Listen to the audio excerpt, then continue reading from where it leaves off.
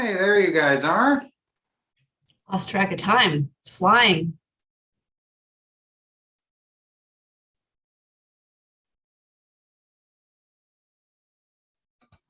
Well, you were a minute early. Way to go. 14 panelists, and looks like we just have a public that's coming in. Rob Brewster.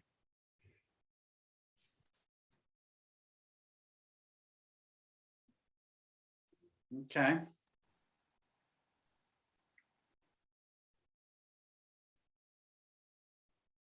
And I think we're ready to go when you are. Let me text Leslie and see if she's got the live stream going from her end.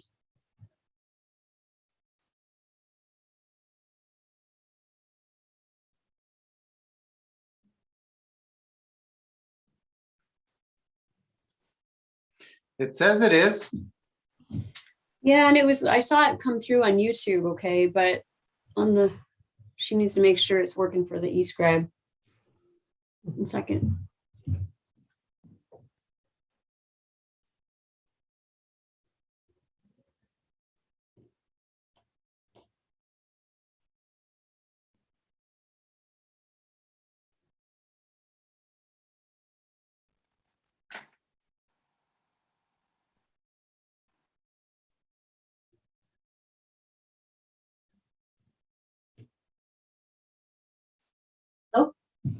Brian, we can tell you shared your link to everyone over at CT. We've got, will the real Brian Top please stand up? Yeah, sorry about that. I thought that they had already been sent the link as part of the panel.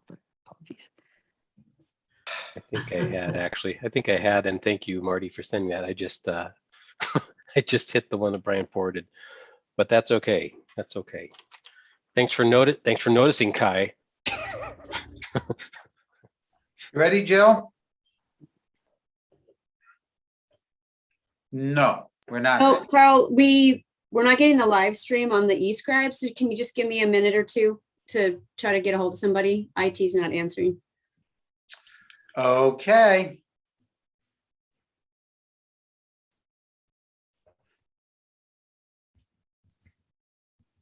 Sorry. Everybody.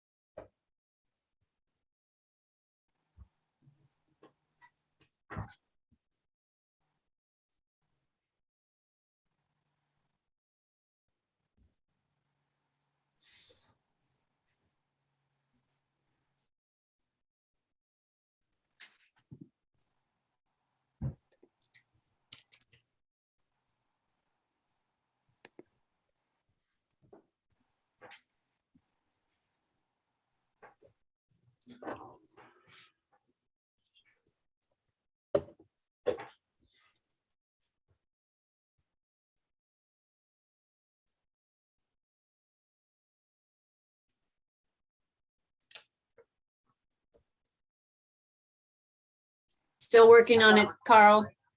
I got 2 people on the phone just to give you an update. Thank you.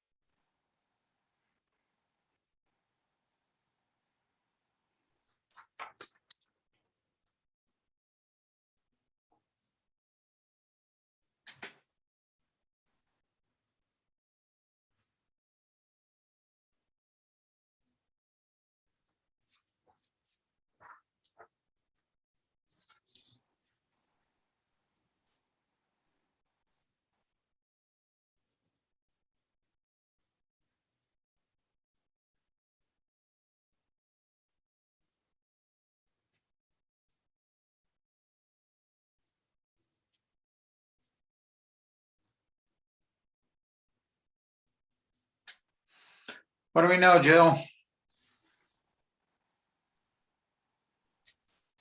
Still am working on the technical issues, Carl. We've got a live YouTube stream. We do not have a live webcast. And we're thinking it has something to do with a setting on one of the encoders. So, bathroom break. Go back into the portal.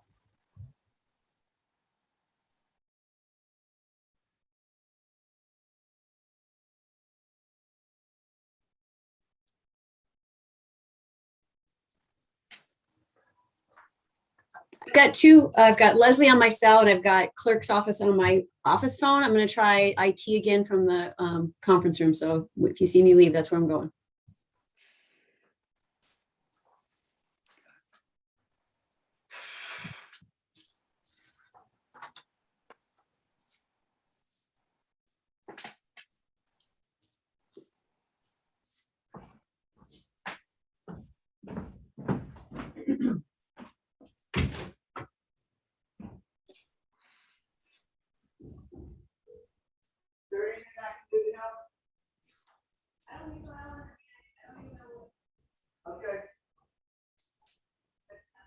Can Rob Brewster be promoted from an attendee to a panelist?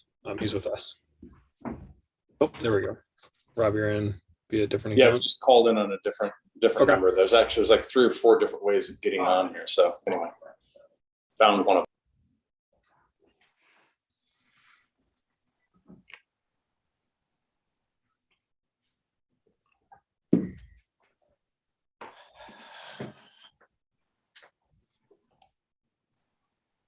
Well, fortunately, we have a fairly light agenda today.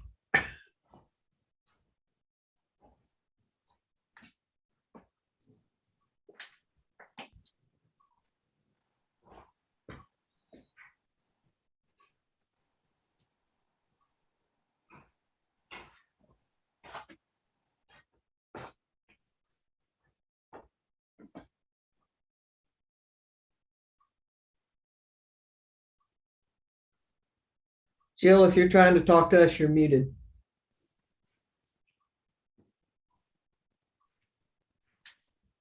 All right, so I'm not sure where Claire went. Maybe she's trying to track down Marty. I don't get anybody from IT. So we are just going to move forward because we have a YouTube stream. We just will not have the webcast stream. And so I think that's where we're at. And we're good with that?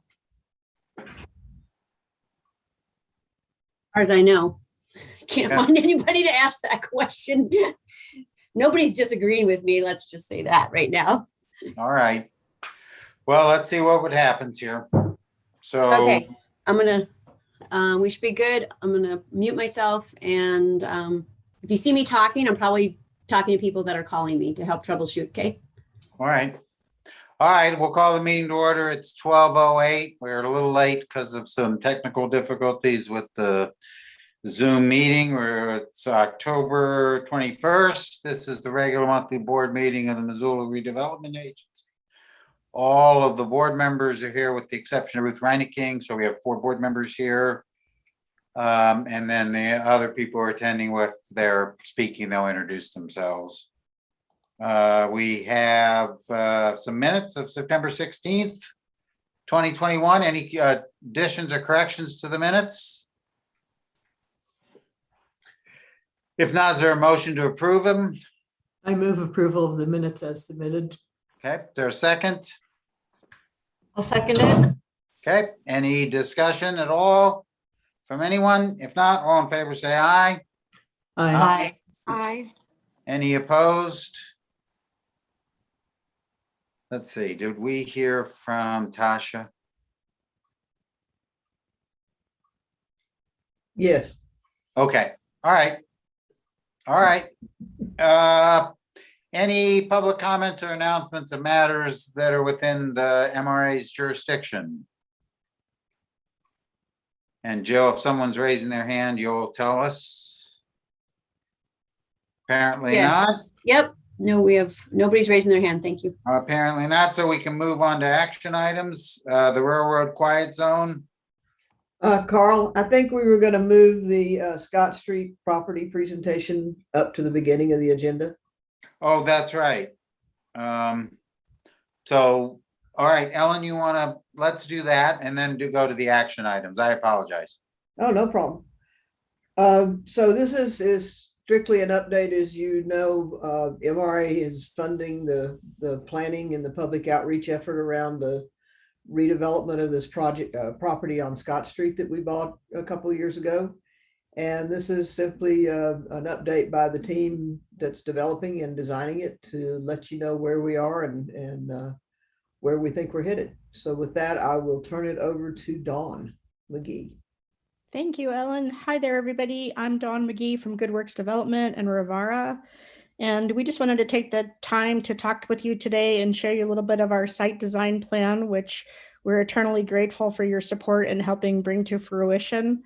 We've had a number of successful public meetings, which Kyle will talk about, and we'll show you the plans. But I just want to say to you that I know that MRA has had some public discussion, and you guys have been working on an outreach and communication strategy plan. But I am here to tell you that without your support, we could have never gotten this far along. This project has been nothing if not challenging. And we're really, really grateful for your support in that. So I'm going to pass it over to Kai to sort of run you through the timeline, and I'll jump back in with some commentary, and then we'll show you some hopefully pretty pictures. Okay. Hi, Settler with Good Works Good Works Development, as well as Rivara.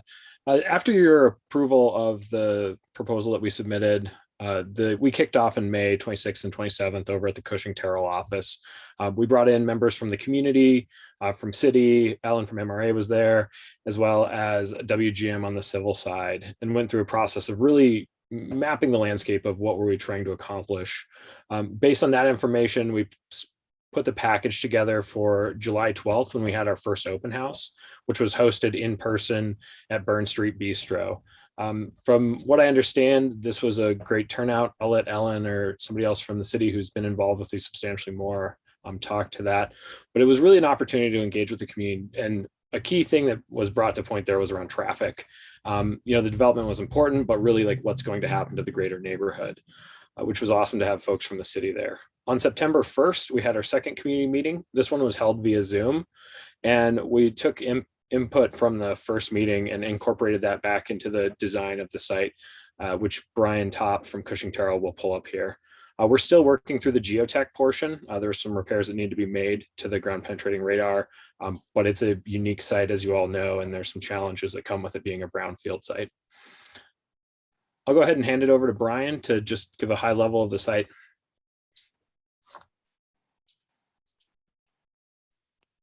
Find the unmute button there. Hello, Brian Topp with Cushing Terrell on the design side. I'm a project architect over here and been a part of this process early on here, and it's been great working with the rest of the team, Rivara and the city and MRA and all that. So it's gone really well so far. So I'm just going to give you a kind of an update on the site plan and where we're at design-wise. Please know this is kind of conceptual in nature at this point. We'll learn more through entitlements and as we develop the design further, cost impacts, all that stuff.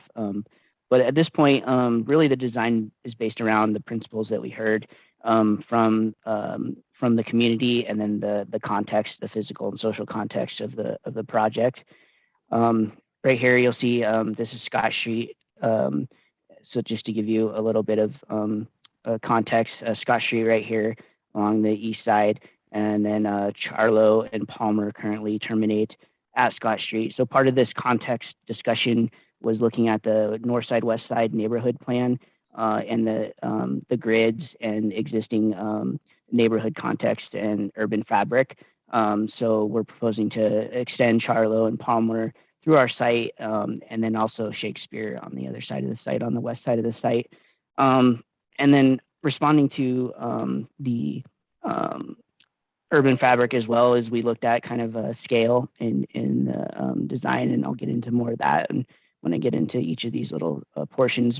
What's nice about the way that the streets that come through our site bisect the site here, which is currently owned by the city, bisect the site so that we have a community land trust portion of the project up to the north here, which is about 3 acres, and then the market rate portion of the project, which is a lot of mixed use mixed in with it, to the south of Charlo. So that bisects it nicely to help create that urban, or maintain that urban fabric that's already there in the plans for the north side and west side neighborhood.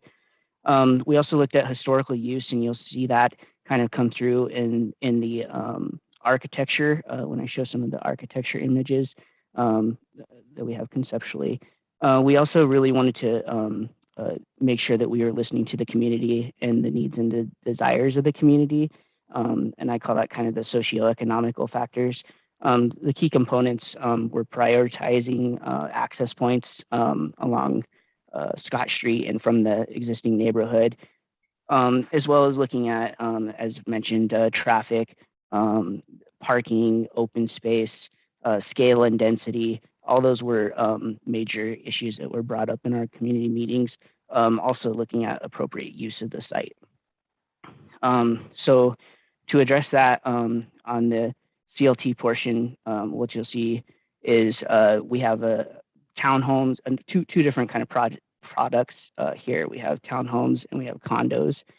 Currently, we have 42 townhomes shown, and they kind of line the edge where we have our edges against the existing residential uses, and they kind of we kind of step up in scale and density as we move across the site from the north east to the southwest.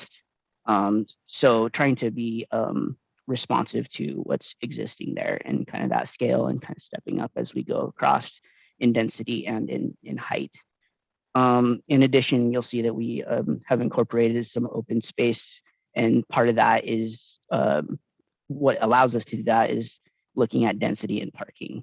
So with the denser building footprints, we're able to maintain some of that open space that we heard loud and clear from the community that they wanted to have in this site. And this also allows us to have permeability across the site. So part of that with the parking situation was that we are looking at shared parking or off-site parking with the neighboring site with the public works. And that was part of the initial LOI as well. And so that allows us to really maintain a lot of our open space that the community wanted. And in addition to that, we really wanted to make this development feel open to the community, to the surrounding community. So with that, we're able to have permeability through the site to make it feel open. And then also, again, going back to the scale and the design of the retail spaces, the activation of the space around the landscaping of the retail spaces, and how that relates back to the apartments in the central square here. So on the north side of the project, we have 42 townhomes, 36 condos currently shown, and that we were able to get that. We needed those condos in order to get to the density that we needed to help maintain that open space.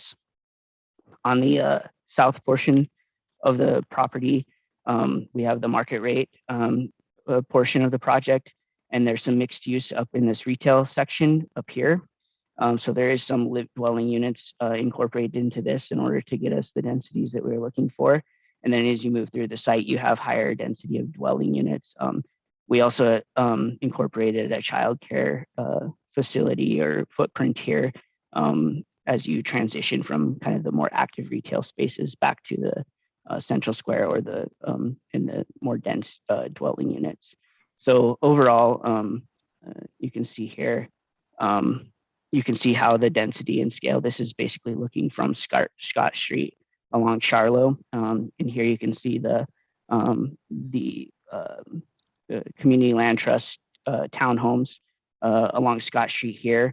And then here you see the retail spaces, and you can kind of see how that density starts to work its way through the site as we go through.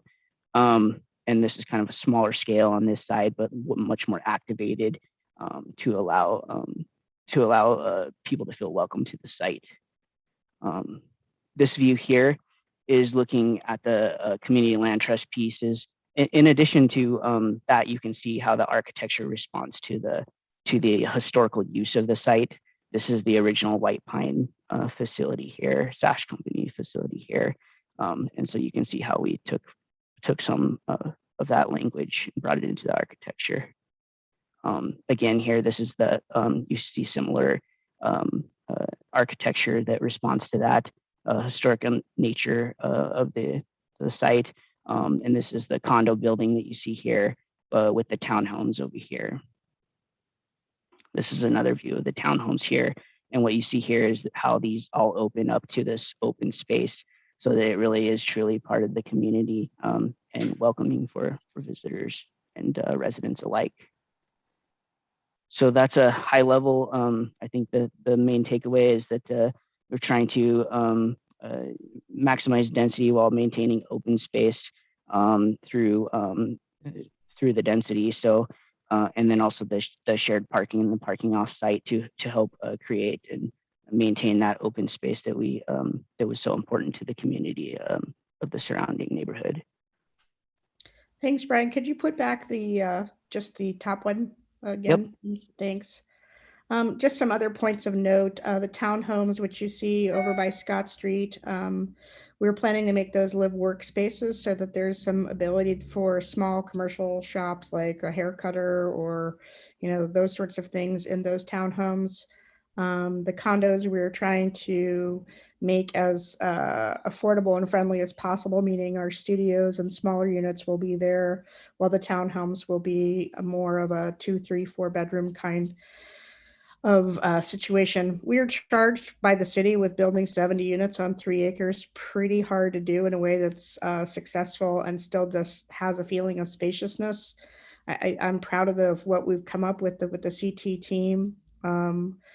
We've done this together with Rob Brewster and his team, and so we are available to answer any questions you would like with respect to the community land trust portion, with respect to the market rate portion. You know, we're pretty excited to have gotten this far. When we presented, we took a lot of the feedback in from the initial public meeting and really incorporated, I think, listened to the neighborhood and incorporated to the best of our ability things people wanted to see. And this central square area being the most important that we're all trying to fight to preserve to make sure that we can have it. There's a lot of factors that are still at risk here, meaning the cost of building inputs, which I've said over and over. Some zoning issues which we need to meet and deal with in order to get this kind of pretty picture, and just some T's that need to get crossed and I's dotted with respect to other rules that the city has out for us. But with that said, happy to answer any questions that we might be able to. Thank you. Questions from anyone? If so, just, I mean, it's hard for me to recognize you, so pipe up. It's Melanie. I have a very random one that it didn't come up when we were talking about the Bellagio project, and I later wondered about it. As far as socioeconomic elements, do we know if Lowell School is full? Like, will Lowell support the addition of all of these extra kids that we are hoping, right? We're hoping to see working families in all of these area projects. Do we happen to know that? And was that part of the study? I don't know the exact answer, and I'll let other people chime in there. I will say that I've talked with Barbara, the principal of Lowell School, and she was terrifically excited about this project in the sense that she thought it could bring more different income levels and different educational levels to the community. And she was really excited on behalf of the kids to have that represented at Lowell School. But I don't know the statistics about population. Anybody? It was just a random curiosity question, and now a comment. This looks so beautiful. It's so exciting. Thank you. Anything else? This is Nancy. Looking at a couple of different areas, in the design of these various structures are solar panels or what energy efficient techniques are being used with these? Heidi, you want to take that one? Yeah, so one of the things that we are looking at is how to, especially on the townhomes, prep those in an effort to maintain, as we all know, the cost of construction is substantially gone through the roof, both from materials as well as subcontractors. And so in an effort to maintain the affordability of those townhomes and condos, one of the ways that we're looking at is prepping those. So all of the conduits pre-run, so they're not having to tear into walls. And then the family can make the decision to go ahead and purchase and put a solar panel on through, say, a Clearwater Credit Union type loan or something like that. But we are, to deliver these in the market we're in, we're pushing up right against the build costs and limits of the 120% AMI that the city has set for us, between 100 and 120% AMI to deliver these. And we're working as hard as we can to change that build cost where we can. And do you want to talk about geothermal and? Yeah, so there's an evaluation on whether or not a district geothermal will work there. And that's something that we are working with the city on as well. The question always comes down to the cost and units and how do we bring all of this in. The other piece is looking at efficient systems to put in there that are taking advantage of modern technologies, as well as like one of those would be some of the units are actually pulling, instead of going out to an external unit for PTAC, instead of using PTAC, using heat pumps, and instead of going outside of that heat pump to bring that hot or cool in, it'll pull off of an adjacent room that's asking for a different temperature. So it's a combination of technology as well as what were the products that we're putting in there. So Nancy, the city has asked us to take a look at, all options to try to get as energy sufficient as possible. We are open to any and all suggestions. We've tasked one of our staff with looking at whether there's grant funding available for helping put any sort of solar on any of this. We would really like to see the project be net zero. I don't think we're going to attain that by any stretch of the imagination, given the build costs. But we do want to set it up for success in the future, that as people are able to add on either solar or better systems, that they can do so, and that we will run the most energy efficient buildings as we can. I basically like to say it's a triangle between beauty, durability, and affordability. And energy is probably smack in the center of that triangle all the way around. Our preliminary numbers where we've gotten back from contractors right now, you guys may have heard about what a horrible environment it is to try to find subcontractors or even materials. We're running right now at hoping that we can build it and deliver it. We may have to subsidize a little bit in order to get these units out the door on some of them. And so that there's not a lot of wiggle room for doing all the things we would love to do, quite honestly. Okay. In looking at recycling, since this is such a big complex, are there any areas or facilities that will encourage the residents and the businesses there to deposit their recycling in a certain place so it can be picked up, or to encourage recycling?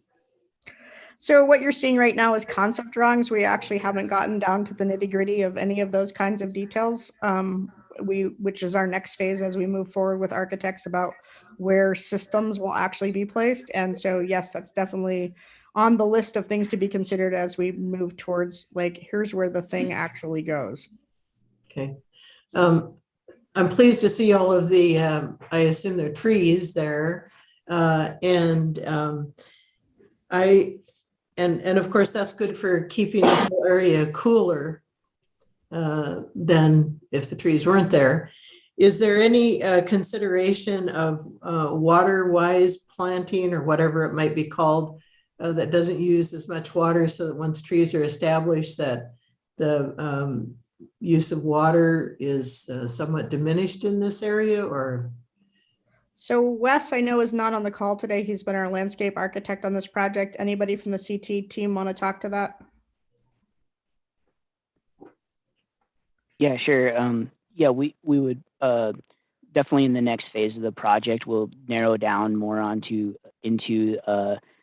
whether or not there's opportunities for gray water reuse, how things are being irrigated, whether it's metered, and then also just choosing plantings that are drought resistant for our climate zone. Okay.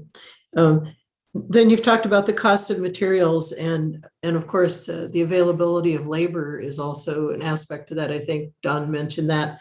So how are those items affecting the timing of the project for beginning and completion, I guess? What's your timeline? Levels of If you know. frustration. We've been told by everybody that nobody's got bandwidth to even start thinking about putting pen to paper on more drawings until January. And the timelines that we're getting from the people who are going to be responsible for drawing these up are more extensive than we would like to see. Rob, would you like to chime in on any of this right here? Yeah, I mean, that's all a good point. It's getting through the drawing process, getting to permits and getting through permits is a substantial amount of time, likely to be about a year, in part because we've got a zone change, an up zone change that the site needs to have because of parking requirements and because of some of the building heights. So that always makes for a very frustrating project because we're effectively designing into an economy that we have really no way of knowing what it's going to look like. And so there could be interest rate fluctuations and there could be additional labor shortages, there could be other things. So it's complicated, and this is a very complicated project. It's, I think we've created Cushing Terrell's done a great job of working all of the constraints into the project. And you'll notice that big central square area, which was important to the neighborhood, but also important to us, is really made possible by underground parking, which you can't see in this drawing, but it's under all four of those apartment buildings. And we don't know if that is economically feasible at this point, but sadly, because of the way we have our zoning and codes and things, this otherwise would be an ocean of parking and we'd have very little green space. So we're really trying to accommodate that. And we hope that we can do that underground parking in part to keep that central square open and large and available to kind of everybody. But so that's a little bit of a non-answer. I will say next steps are the dedication of the right-of-ways of Charlotte, Palmer, and Shakespeare by the city, starting to do the site construction work and get those roads and utility infrastructure in and around, all the time pursuing the upzoning part and making sure that the city has everything they need to give us a green light to go. On our end, we're working with the land trusts to determine rules, regulations, who's on first with respect to the community land trust project. And we would all like to see this happen yesterday because the demand and desire for housing is there. And the likelihood is it's probably going to be another 24 months before this begins to come to fruition. Okay. I'm sure you'll also be alert to any programs that Congress might pass that may be applicable or provide funds for a project like this. I join Mel saying I think this is a very exciting project. I'm really pleased to see how far you've gotten just to make a presentation to us and how thoughtful you were in working with the community there. Thank you very much. Anything else? Couple of questions. The land trust part of it. With what now? With whom are you working there? So North Missoula CDC as well as Trust Montana. North Missoula CDC, since it's in their service territory, will be the lead on being the servicing agent for that. But that Trust Montana will serve as a backup in the event that they're not able to perform for any reason. Okay. And I imagine that that's a complicated relationship, complicated set of documents, all of that kind of stuff. When does the pencil hit the paper on that? Well, the city would like to see things before the year is over. As you quite imagine, you're setting precedents for what's going to happen with all of this and who's going to maintain it and what's it going to look like and whose exterior is responsible. And can these 4 condos be part of a singular condo association legally, or do they have to have separate ones? It's a lot. And that being said, we're starting to like get the best practices from other land trusts and, beg, borrow, and steal what works really well for those places. And to incorporate those rules, we had a call with North Missoula CDC yesterday.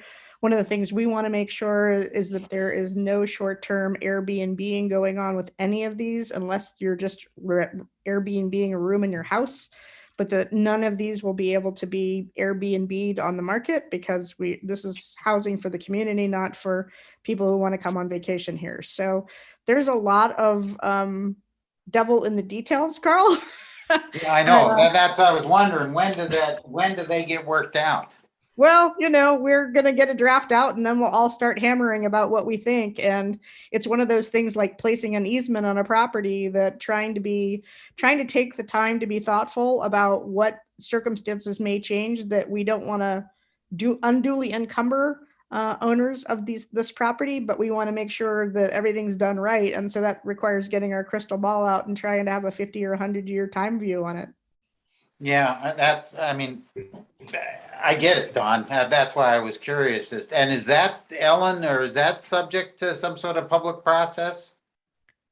The terms of...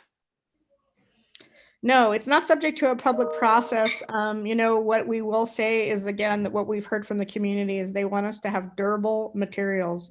They're very concerned that this project, while it can serve as a community center, they don't want to see failing building materials or places that start to look old and shabby into the future. And so we've heard that from the community loud and clear, and we are just working to try to make sure that it's a comprehensive and doable plan for the townhomes, for the condos, for the community land trust, to be good stewards of all of these places and make sure that we build it with something good to begin with and that it's maintained in the second part. So Carl, I missed the first part of your question. What were you asking would be a public process? The terms and conditions of the Okay. ownership of on the land trust part. Well, the city will convey that land to the land trust. So I would imagine there would be some scrutiny of what those documents are. Yeah. Right. Wow, it's Don. Wow. It's a big job. If you want to work on it with me, you're more than invited to come over to the office, put some pencils, sharpen up some pencils. Well, okay. Don't hold your breath, but anyway, it's just interesting. Anyway, again, thoughtful, wonderful work. I agree. Appreciate and of course we always appreciate the updates. And if in 6 months from now you're ready to give us some more progress reports, we'd love to hear it. We will continue to keep you apprised of the project. We're, again, deeply, deeply grateful for your support thus far, and we look forward to making this a good project together going in the future. All right, anything else from anybody before we let these folks go? They got a lot to do, so we need to let them go. All right, thank you very much, Don, and whoever's sharing their screen, if you'd stop doing that. Or Brian, there we go. Thanks for your help. All Thank right. you. All right, Thanks. and you folks are, of course, welcome to stay, but you don't have to. Thank All right. you. All right, Ellen, now? Now you're at the top of the agenda I apologize. and the room is And- shrinking. You reminded me of that I'm sorry. before. Yeah, so Railroad Quiet Zone, Todd. Yes, thank you. I'm going to share my screen here just for, if I can figure out how to do this. There we go. A couple pictures of the Spruce Madison Railroad crossing. So, yeah,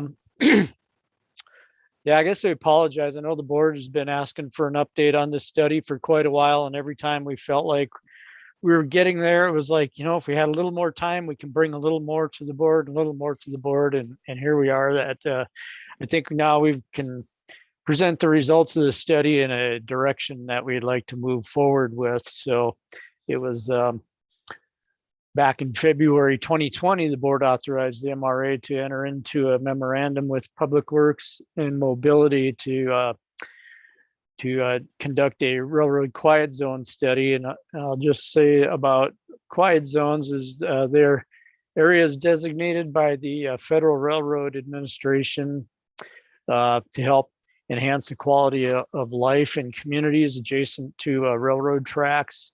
And within these quiet zones, it's an area where a community has taken specific steps and safety measures to mitigate the risk of train collisions without train horns. And if they can demonstrate to the FRA to a certain threshold or ranking, then the FRA will then allow a quiet zone to be established. And so Public Works in Mobility then entered into an agreement with Triple Tree Engineering out of Helena, Montana, to conduct the railroad quiet zone analysis and also do some site surveying at the Madison and Spruce crossing and also the Taylor Street crossing. And that's a crossing that's further to the east over kind of in the East Broadway corridor area.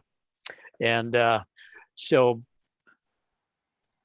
on the screen here, I'm sure everybody's familiar with the railroad crossing here, Madison Spruce going up to Greeno. Good timing on our aerial photography here. We caught a train at the crossing, it looks like. Shows some of the queuing. It looks like it's a pretty small train, so we don't really see all the queuing of the cars waiting for that crossing. And then just a street view of the crossing down here. And Monty Sipe is with us today from Public Works and Mobility, and he has a PowerPoint presentation to walk us through the results of this study and kind of direction forward from here. So Monty, if you want to jump in and take over.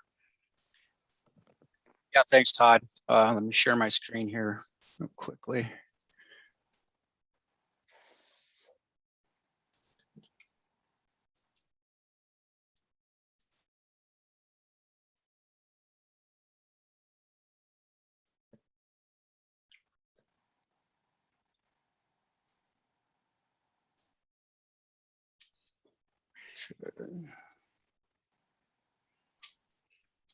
All right, you guys seeing this? We are. All right, thank you. Okay, so thanks a lot. My name is Monty Sipe. I'm a construction project manager with Public Works and Mobility. And like Todd said, today I'll be presenting the results of the Railroad Quiet Zone study. So here you can see the Madison Spruce Greeno intersection and the Taylor Street intersection at grade railroad crossings. Those are located at the stars. These two railroad crossings and the associated street intersections are located within the Hellgate URD, and we're part of the quiet zone analysis and traffic study. So here's just a general timeline that Todd has touched on for the quiet zone analysis and traffic study process to date. As Todd mentioned, we entered into an MOU with between MRA and Public Works and Mobility back in February of 2020, and also some MRA funding to complete the study. So in March 2020, Public Works entered into an agreement with Triple Tree Engineering to complete the necessary scope of work. So over the next year, Public Works and Mobility worked with our consultant, Triple Tree Engineering, the Federal Railroad Administration, MDT, and MRL on options for permanent improvements at the Madison, Spruce, Greeno, and Taylor Railroad crossings. The Taylor Street crossing was eliminated from the study area as it was discovered that the private rail crossing, which Taylor Street is, per FRA rules, cannot be the first crossing encountered in a railroad quiet zone. So in December, the city sent out a formal request to MRL to stop sounding their horns at the Taylor Street crossing. So MRL responded back to that in February of 2021 and agreed to stop sounding train horns at the Taylor Street crossing if either a quiet zone was established or wayside horns were installed at the Madison Spruce Greeno intersection. So the Wayside horns were not one of the original options that were scoped in Triple Tree Engineering's agreement. And so next I'll discuss the traffic study and the options considered. So a detailed traffic study was completed in March of 2021. Some of the determinations were that the traffic flow rates and the intersection operations at the location generally function properly, and traffic volumes have been relatively consistent over the last 20 years. The railway gate closures occur approximately 20 to 30 times each day, and the average duration of those gate closures are 4 to 6 minutes.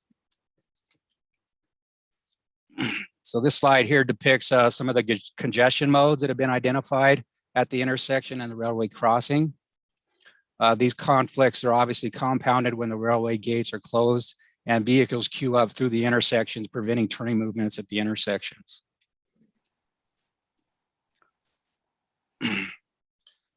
So this slide generally depicts some of the recommended traffic mitigation strategies for the two intersections. Spruce Madison Greeno intersection railroad quiet zone project is currently ranked 45th on our CIP project list. The Spruce and Madison are designated MDT urban routes, and any surface improvements within the existing street sections at this location would require MDT review and approval. In addition, any work within 25 feet of the rail crossings, the rail crossing would require a review and approval from MRL. So currently the Madison Spruce Greeno Railroad at-grade crossing consists of 2 cross-arm gates, crossbucks, and warning lights. So with this existing intersection, the trains are required to sound their horn. So as Todd mentioned, there's numerous safety measures a community can implement to cease train horns. And there were 6 options considered as part of the quiet zone analysis. Option 1 shown here is a four quadrant gates, and this is a feasible option at this location. New quadrant gates would be required on the northeast and the southeast quadrants of the crossing, and that's these darker ones. The skipped ones are actually existing. So we'd have to add 2 crossing arms. The cost estimate for those 2 gates are approximately $400,000. This option would require establishment of a quiet zone designation. The cost estimate for the designation process is approximately $100,000 and would take up to about an additional year to develop.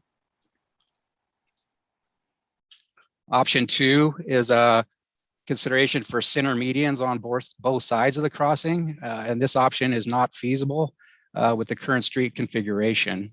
The installation of the center median on the north side of the crossing would impede turning movements for access to and from North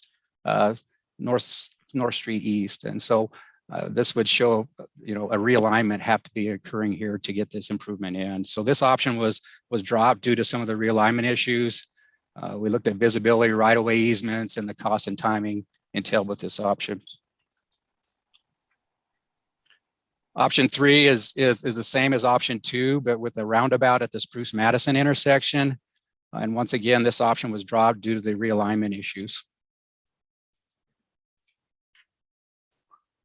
Option 4 is a 3 quadrant gate with a south center median. So 3 quadrants, 1 new, and then the center median. And this is a feasible option for this location. The cost estimate for the 1 new gate and a center median is approximately $210,000. And once again, this option would require establishment of a quiet zone designation. So those associated fees to develop that designation and the timing would be pertinent to this as well. A 3 quadrant gate on the south and a south center median are a feasible option with the roundabout. The cost estimate for the new gate, the center median, and the roundabout is approximately $560,000. And once again, this would have to go through the quiet zone designation. So option 6 is a Wayside Harn, and that's a viable option for this crossing and would not require establishment of a quiet zone. This option was brought forth as an alternative because Wayside horns can be utilized without development of the quiet zone, which has significant timing and cost savings involved with it.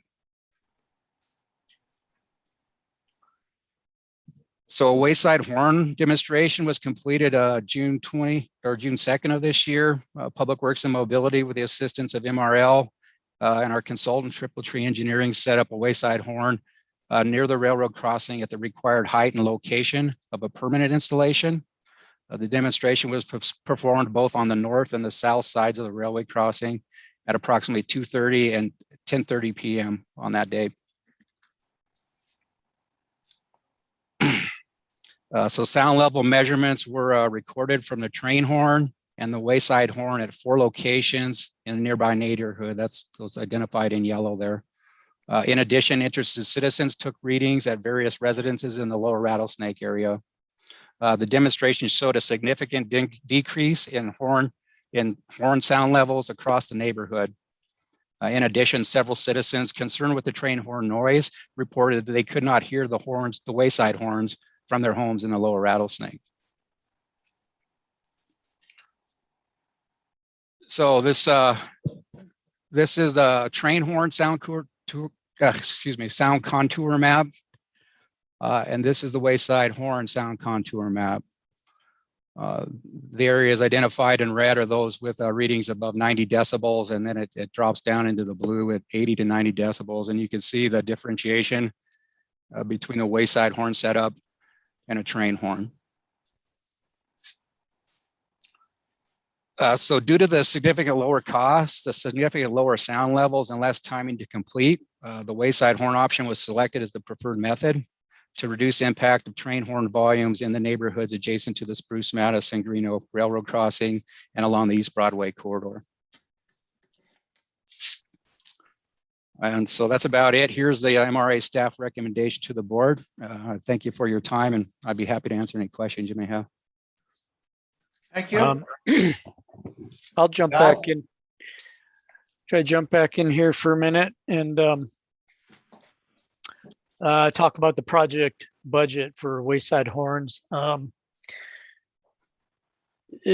City received a proposal to amend their agreement with Triple Tree Engineering to follow through on the Wayside horn project and get us to completion of the project, and that would involve additional engineering and design and MRL coordination and construction staking. And their estimate for their Triple Tree Engineering's additional work was $16,700, and the city also received a estimate from Rio Tech, who is the supplier and the installer of the Wayside horns, and that cost is estimated to be $160,000. And the TIF ask today is for $200,000. Neither of these estimates have a contingency built into them. And since the city we don't have any experience or any projects to fall back on or an experience dealing with these, so we think it'd be appropriate to build some contingency into that project budget. And so what they ask for today is to set kind of a project cap at $200,000 and allow the flexibility for a contingency either on the engineering side or the construction side, just in case we run into some unknown costs along the way. If it takes more time coordinating with MRL, or it's discovered that we need to enhance the electrical service to the area, whatever, there could be any kind of number of things that come up. I think Monty stated that he's comfortable with the numbers that we have so far, but we want to set a project threshold to build some contingency into the project. I talk about in my memo how the Wayside Horn project is in line with the strategic goals of the city of Missoula, essentially enhancing the community of life in the neighborhoods adjacent to the crossing, and meets the strategic goal of designing and implementing transportation infrastructures to support safe, healthy, and active communities. And that it also provides public benefit by lowering noise pollution levels, particularly late in the evening and at night in the neighborhoods adjacent to the crossing, and the lower Rattlesnake neighborhood, the heart of Missoula neighborhood, and the university area. They're all located in the Hellgate URD. So yeah, the staff recommendation today is that the board move to authorize MRA to amend the March 5th, 2020 MOU between MRA and the City Public Works and Mobility to include the additional triple tree engineering scope of services for final engineering and design, MRL coordination and construction staking, and to authorize MRA to enter into an MOU with City Public Works and Mobility for the purchase and installation of the Wayside horns at the Spruce and Madison Railroad crossing, and to approve a budget not to exceed $200,000 to complete the installation of the Wayside horns at the Spruce Madison Railroad crossing. And if there are any questions, Monty or I'd be happy to answer those. Thanks. Monty, would you stop sharing your screen, please? Yeah, you bet. Thank you. Questions?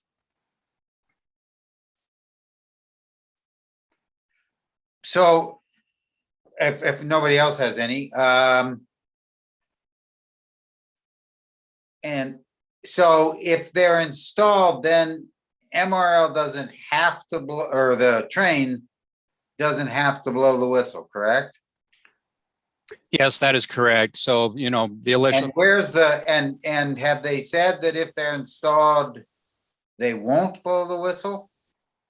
Yeah, so with Taylor Street being a private crossing, that was an issue. And so that's what initiated our letter to MRL discussing whether in fact they would agree to not sound horns at that private crossing. So they have agreed to that. And so one of the steps will be, obviously we'll have to enter in some sort of an agreement to get these Wayside horns installed on their right of way.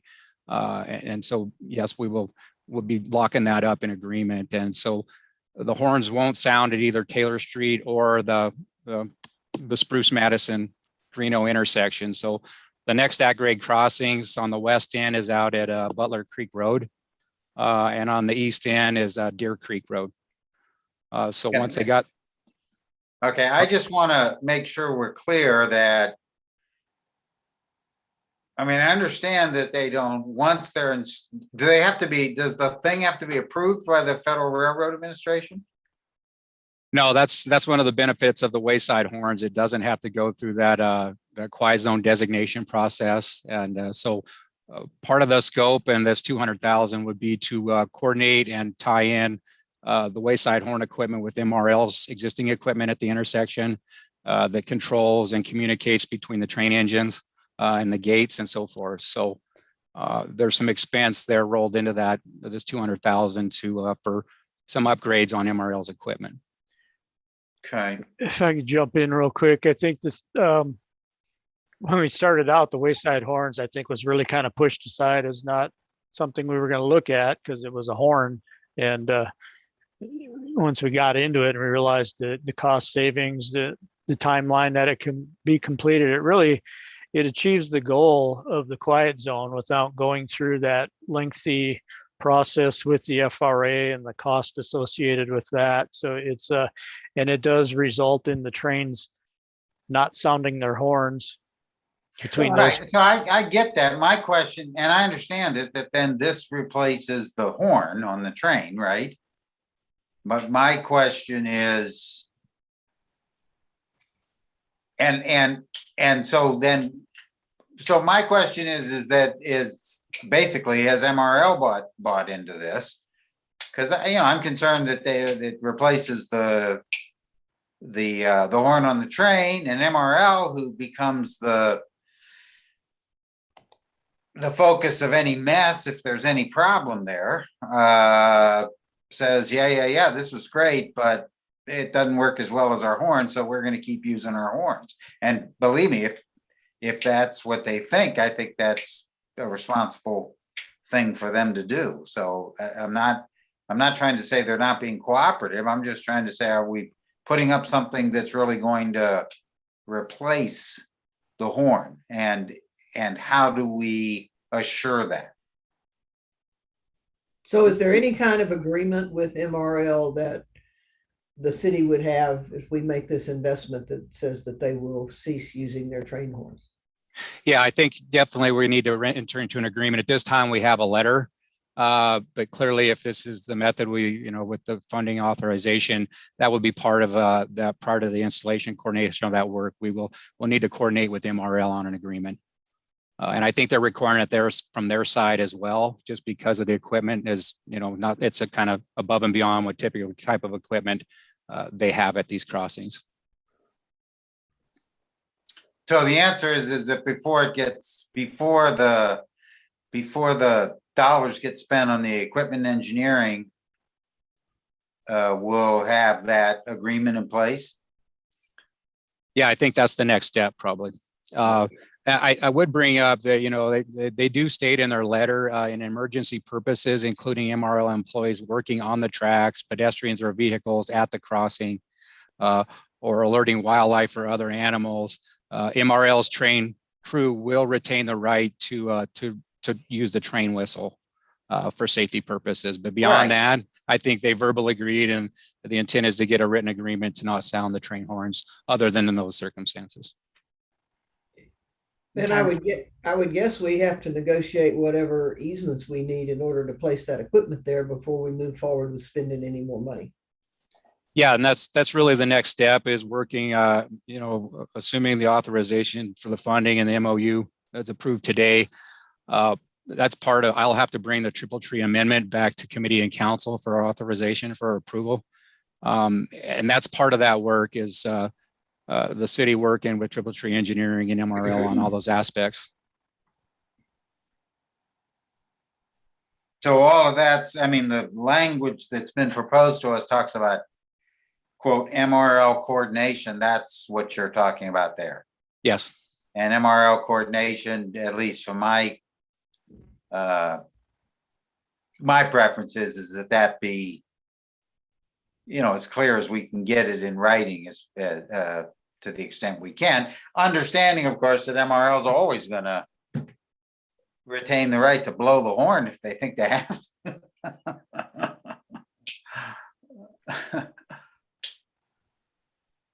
Okay, anything else from anybody else? If not, is there a motion?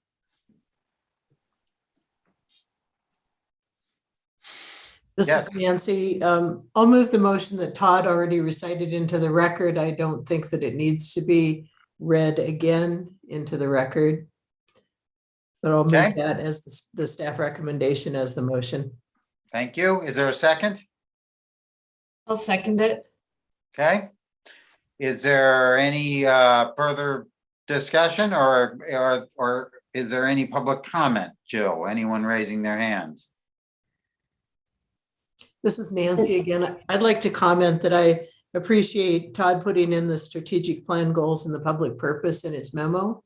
And also just note that the money for this comes out of the public works contingency, which is adequate to fund this. Thank you. Thank you. No, Thank Carl, you. no one has their hand raised. And I'd note that this is one of these things that the nimbleness of MRA is able to do for the community that would otherwise probably not occur for a number of years, if at all. And I appreciate the work you guys did, looking for a solution that's a little bit imaginative here. So if there's nothing else from anyone, and I don't see anything, all in favor say aye. Aye. Aye. Any opposed? None. The motion passes unanimously. Good luck, guys, as you carry on. And let us know how it's going. All right, thanks. Yep. Thank you. All right. So let's see. Next on our agenda is the ERD 3 Southern Sidewalk Project, Professional Services Agreement. Todd, you're up again. All right, thank you. Let me get a map up here on the window.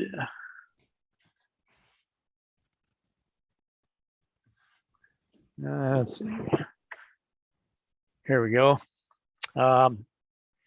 Okay, so last month, staff let out a request for proposals for Yard 3 Southern Sidewalk Project, we're calling it. And this project was introduced to the board back in June as a CIP item in the FY22 MRA budget. And so up on the screen, I've got a map showing kind of what the project areas and the sidewalk segments that are included in this sidewalk project. So this area here, this is the Clearwater Credit Union out south on Brook Street, the Metro car wash that went in. So we're behind that car wash on 34th Street, adjacent to Atonement Lutheran Church here. So we have some segments to do on 34th, some sidewalk segments on Schilling, the north side of 36th Street. And then a piece down here behind Coles. There's a narrow right-of-way in here, and we'd like to get this residential area. This was an MRA project a few years back, and they have sidewalk on the north side of their development that is kind of out in no man's land, and we have the city right-of-way here, so we would connect this sidewalk to Door Lane here and start to bring some public pedestrian facilities into this area back here. So we received 3 proposals for the project, all from local engineering firms, and all the proposals demonstrated a good understanding of the sidewalk project and some of the challenges in these retrofit sidewalk projects. And a selection team of MRA and Public Works and Mobility personnel reviewed and ranked the proposals, and DJNA was selected as the project engineer for this sidewalk project. We've done several sidewalk projects and street reconstruction projects with DJNA over the last 5 or so years. That being, we did the sidewalk, or the Clark Street sidewalk project over in this area, which is really similar sort of to what we have here. It's a residential area in nature, and some of the same challenges with mature vegetation in the right-of-way, trees, fence encroachments and other thing. And DJNA demonstrated really good ability in their public outreach, particularly in the Clark Street sidewalk project. And they're bringing that same team to the Erd 3 Southern Sidewalk project. They also did the Mary Avenue West project, which was over in this area. And so we've come to terms on a professional services agreement and a scope of services for DJNA. And that involves a public outreach and development of construction documents, bidding services, and construction oversight at an hourly rate basis at a cost not to exceed $89,995.64. Staff feels that this scope of services has an adequate budget in it to for our public outreach, public notice, public open house, and also individual meetings with different property owners as we work through developing a final design that's acceptable to the city and the property owners in the project area. And I think this cost looks to be right in line with what we've been seeing on recent previous MRA sidewalk projects. So the staff recommendation is that the board move to accept the terms of the DJNA professional services agreement and associated scope of work for completion of the Erd 3 Southern Sidewalk project at a cost not to exceed $89,995.64, and authorize the board chairman to sign the agreement. Be happy to answer any questions if the board has any.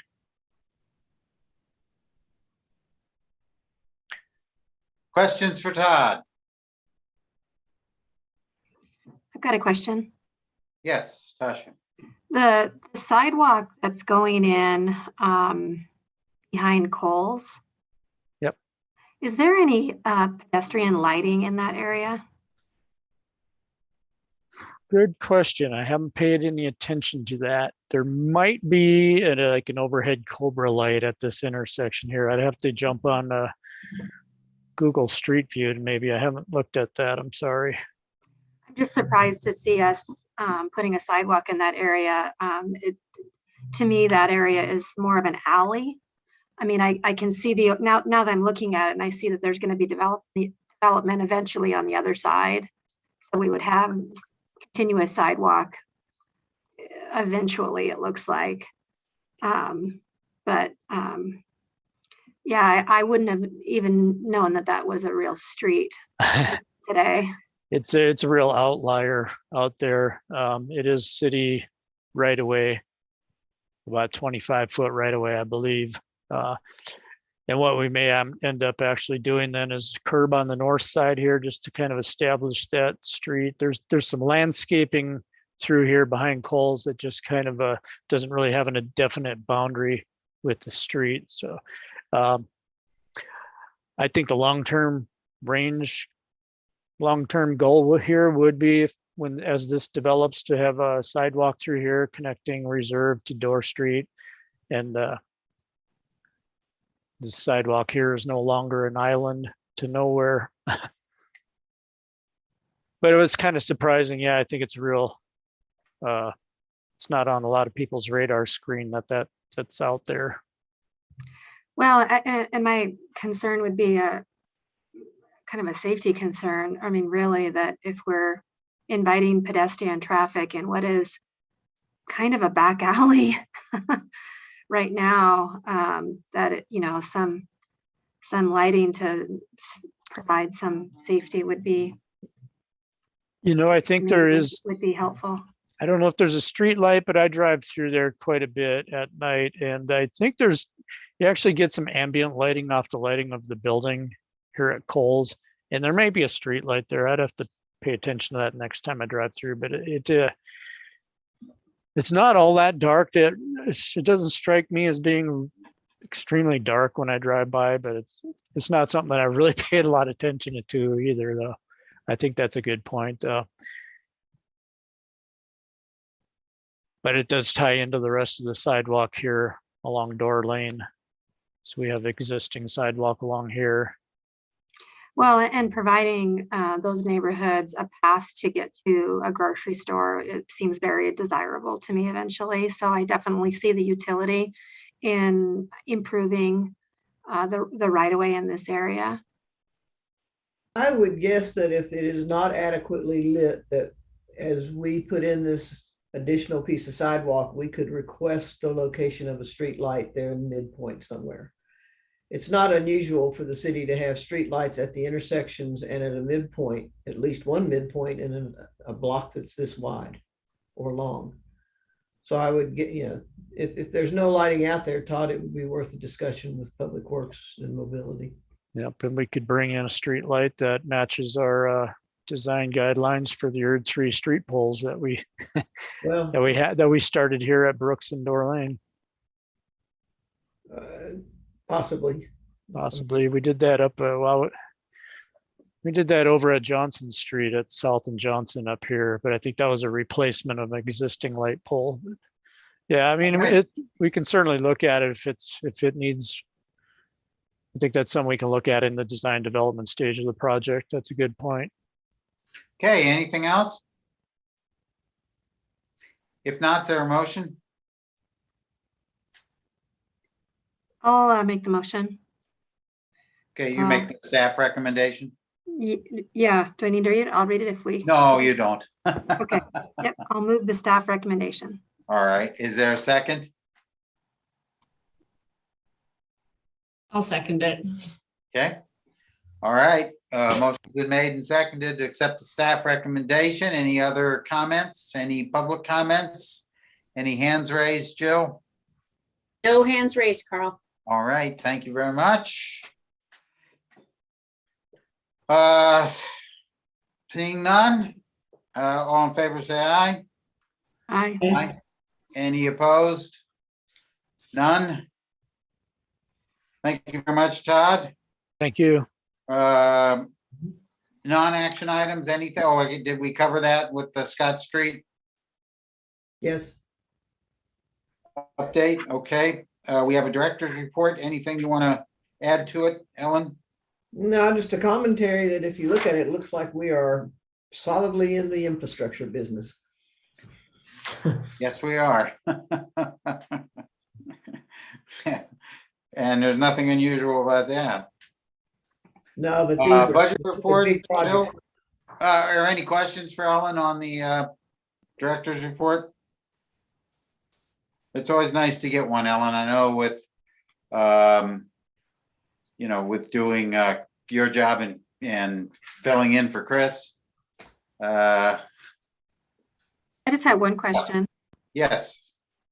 Ellen, with regard to the conversion, the front main conversion project, it states that you're going to begin coordinating with individual businesses and property owners. What does that entail? The consultants will reach out to business owners and property owners and see, I guess we've got preliminary layouts, we've got 30% design, get reactions. I'm sure there'll be a lot of discussion about parking because we can't talk about a street downtown without talking about parking. Todd, do you have anything to add to that? Todd's kind of managing this at this point for us. Next Wednesday, we have a meeting mostly with city departments to review the 30% plans that HDR has completed. Yeah, there'll be a lot of good discussion on that. That's mostly on the city side. I think what comes out of that, I think HDR is planning on then maybe going back and targeting certain property owners where we think we need further discussion or further input. So it's a step in the process here. So for instance, last week they sat down and met with Todd Frank. Right. And got his input on what's going on Front Street and that part of the project. So, and I would imagine they will reach out to folks in your building, and there are a number of key property owners who've been involved in this process for years now, like Dan Cedarberg, and we'll encourage them to, he still owns property on Front. And the 30% plans, are they available somewhere? Yeah, I can forward a link to the board. It's there, you can download them from an HDR site to get those. Okay.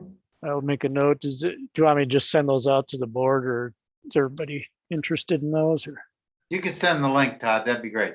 okay. If they want to access it, they can click on it. Yep. Anything else from Ellen's report? Joe, anything on the budget reports? Not specifically, unless you have any questions. There hasn't been a lot of activity so far. I just will remind the board and any public that's watching the meeting that we are still using the FY22 taxable values from the state, but FY21 mill levies, because they have not been finalized yet. We're still waiting on those from the county. And then and our estimated beginning fund balances. And so there'll be you'll see some changes to this adjusted column over the next month or so as those get wrapped up and finalized. And I've added the projects that the board approved last month. Most of those were in ERD2.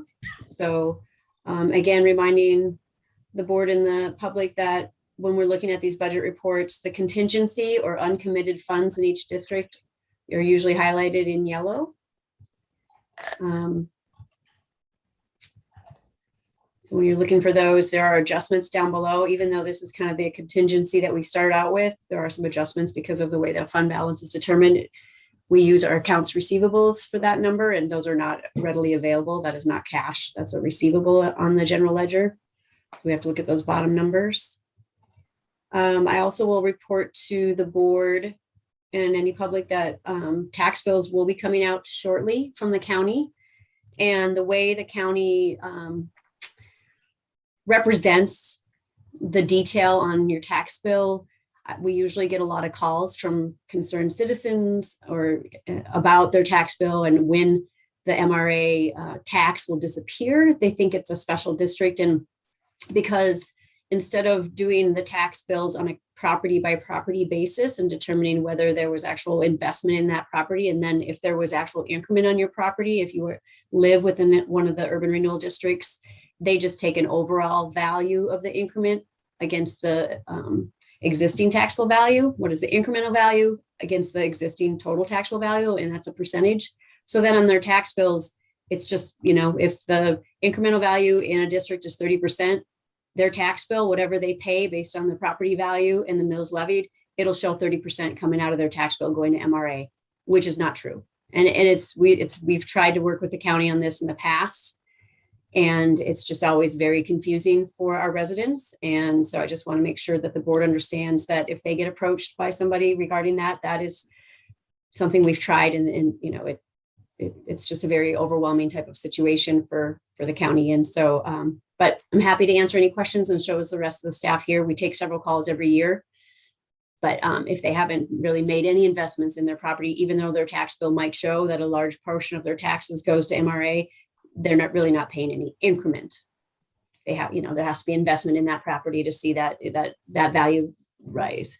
And so it's the process on the back end. So that always happens every year. Just wanted to throw that out there for the board, that we're happy to try to explain that to citizens if they get any calls. And I'm happy to answer any other questions you might have. Hey, anything else for Jill? Thank you, Jill, for getting those done. Committee reports, the only thing that we got is something where I was reminded of this when I read the minutes last time. We were in the middle of that whole thing with the resolution with the city that would have capped the amount of money, capped funding for MRA. There was a hearing in front of the city council on that. The council decided to send it back to committee for more work on the details of what it would mean, et cetera. And as part of that process, as you know, Nancy and I have been representing MRA in meetings with the city in terms of looking at a long-term plan. And that group is going to get back together the end of the month. So that's where that is. Anything else? I got nothing else. Any other items from anyone? If not, again, nice to see you. Wish we could do this in person, and one day we will. But in the meantime, everybody be safe. Thank you all. Have a good rest of your week, good weekend, and see you next month. Thanks, everyone. Bye now.